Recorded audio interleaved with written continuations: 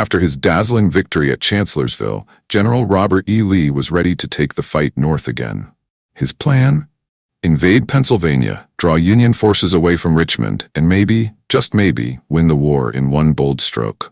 But before Lee could march, he needed his cavalry commander to clear the way. Enter Major General J.E.B. Stuart, the Confederacy's answer to Errol Flynn.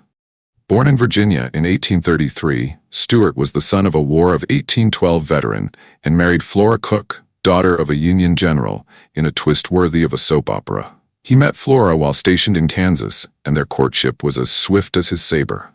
Stuart's raids, like his famous ride around McClellan's army in 1862, earned him fame, fear, and a reputation for flair.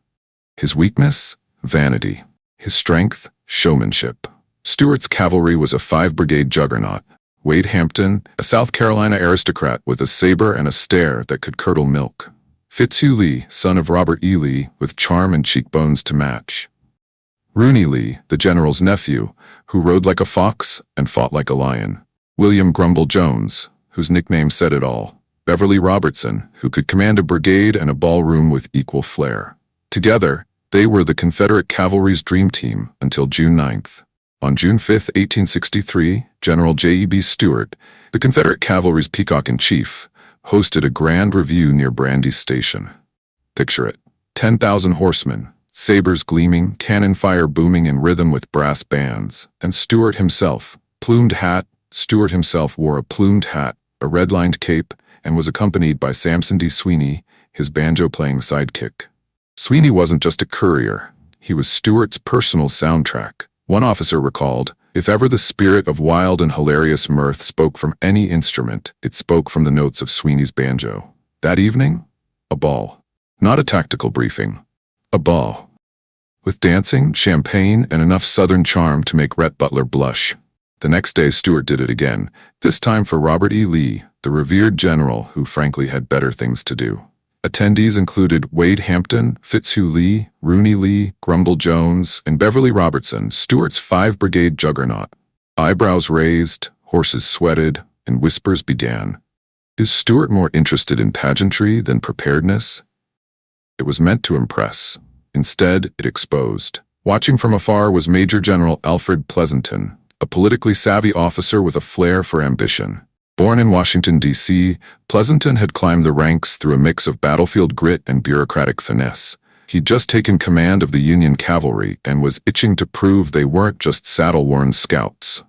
General Joseph Fighting Joe Hooker, still smarting from Chancellorsville, saw Stuart's parade as a vulnerability. Intelligence showed Confederate cavalry massed near Culpeper Courthouse. Hooker gave Pleasonton the green light. Strike at dawn, make it thunder. Pleasonton's cavalry corps was split into 3 wings. John Buford, the mustachioed tactician. David Gregg, calm and deadly. Alfred Duffier, a Frenchman with flair and a knack for getting lost. Supporting them were 2 weak infantry brigades and a theoretical 58 guns, though only 12 showed up. The plan? Buford would cross Beverly Ford. Duffier and Gregg would cross Kelly's Ford, swing through Stevensburg, and rendezvous at Brandy Station. Once united, they'd crush Stuart's cavalry and derail Lee's invasion. Among Pleasonton's staff was George Armstrong Custer, barely out of West Point and already radiating ego. When asked what weapon he'd use in the charge, he replied, "The saber," because cleaving skulls was his idea of cavalry chic. Pleasonton adored him. "Curly," he said, "you're pure rambunctious. Be my aide." Custer accepted with a grin and a handshake, ready to ride into legend.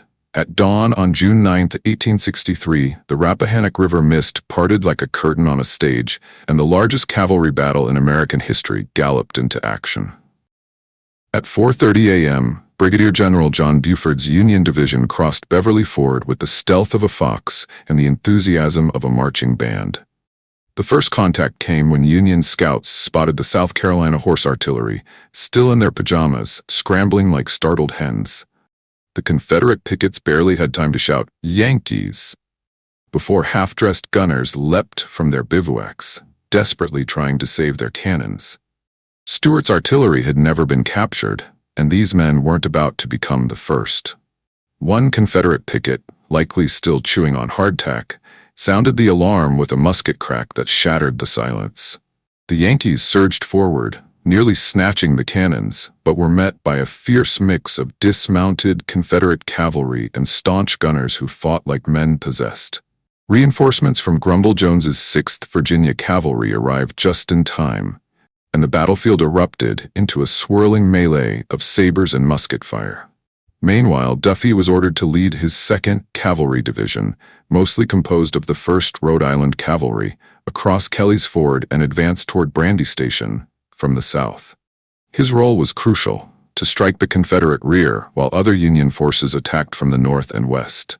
But Duffy, ever the lone wolf, interpreted his orders with a generous dose of improvisation.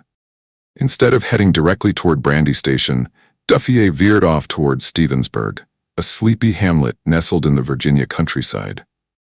Whether it was a misread map, poor local guidance, or Duffy's own instinct for drama, the result was the same. He and his men were miles off course. By the time he realized the error, the main battle was already raging, and Duffy was nowhere near it. As the sounds of cannon fire echoed from Fleetwood Hill, Duffy found himself in a quiet, eerily calm part of the countryside. His brigade, cut off from the rest of the Union Army, wandered through unfamiliar terrain. Scouts reported Confederate pickets nearby, but Duffy pressed on, convinced he could still fulfill his mission. He sent dispatches that never reached their destination and received none in return. Duffy's isolated force was spotted by Confederate cavalry under General Rooney Lee. The 1st Rhode Island Cavalry, exhausted and confused, was quickly overwhelmed. In the chaos, Duffy managed to escape with a handful of men, but most of his regiment was captured or scattered. It was one of the worst losses of the day for the Union.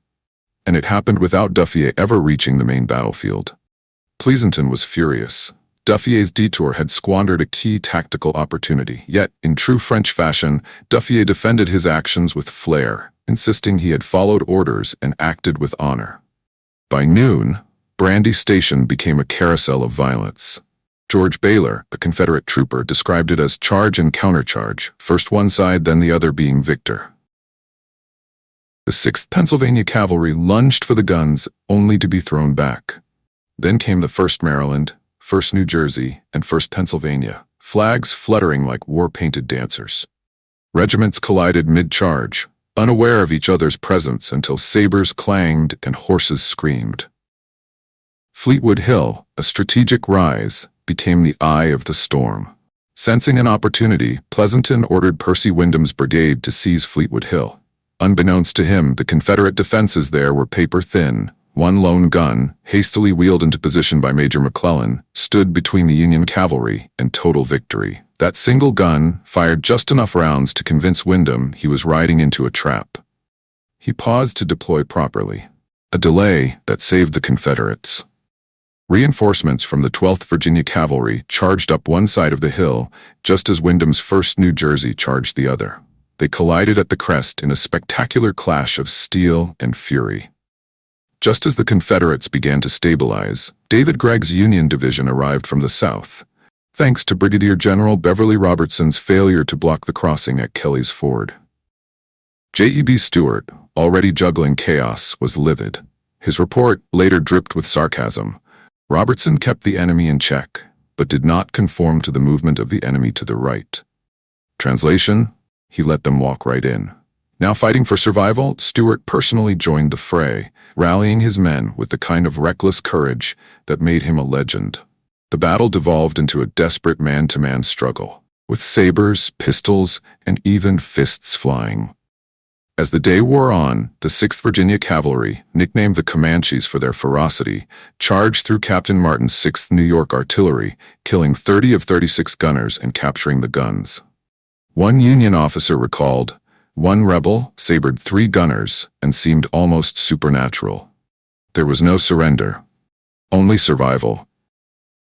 But just as disaster loomed for the Union, the 1st Maine Cavalry, known as the Puritans for their sober demeanor, launched a brilliant countercharge that relieved the pressure and allowed the battered Union forces to withdraw. By nightfall, the Confederates held the field, but their aura of invincibility had cracked. The Union cavalry had fought with grit and gallop, and Stuart's critics whispered that his love of pageantry had dulled his edge. Even Lee was reportedly unimpressed. Stuart would never fully recover his pre-Brandy Station mystique. Alfred Pleasonton used the battle to boost his standing. Though the Union didn't win the field, they won respect. Pleasonton was promoted and later led cavalry at Gettysburg. George Armstrong Custer, the golden-haired daredevil, made his battlefield debut here. His reckless bravery caught attention, and he was promoted to brigadier general just weeks later. His legend began at Brandy Station and ended in infamy at Little Bighorn. Fleetwood Hill, the epicenter of the clash, became sacred ground.